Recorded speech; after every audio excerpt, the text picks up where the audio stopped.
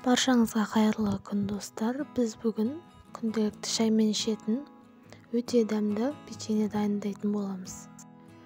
Ол үшін бізге бір жұмыртқа және 100 грамм шекер, 100 грамм сұйық май керек болады. Бір шай қасық қопсытқыш және шым тұз қажет болады. Барлығын жақсылап араластырып, үстіне 200 граммдай ұн қосып, қамыр илейміз. Астына описание бөліміне жазып кетемін толық рецептін. Менің каналым ұнап, видеоларым ұнап жатса, тіркеліп, лайк басып, қолдап кетіңіздер.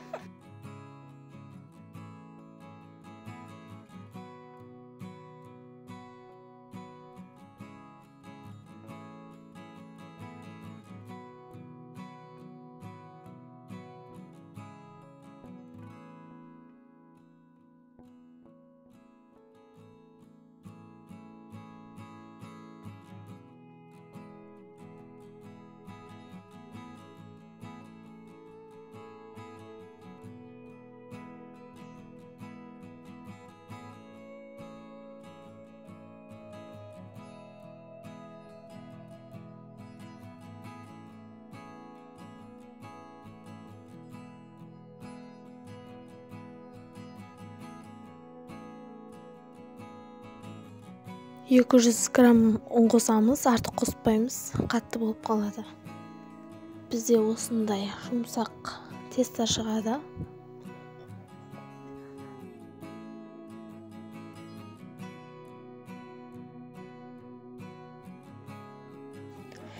Тестамызды жайып, кішкентай бөліктерге бөлеміз.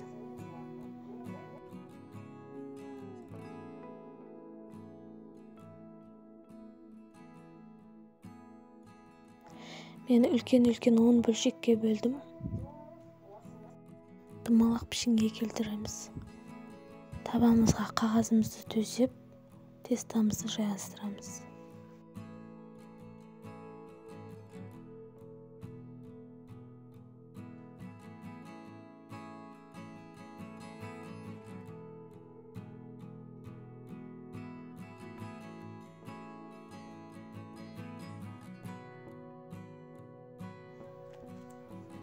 Домалақ болған тестамыздың үстінен бір басып, вилкамен осылай істеп шығамыз.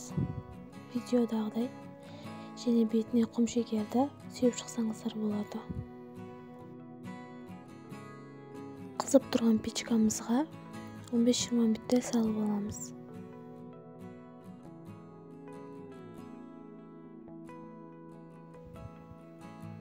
Жасап көріңіздер, күнделікті шаймен ішкенге өте дәмді. Барлықтарыңызға ас болсын.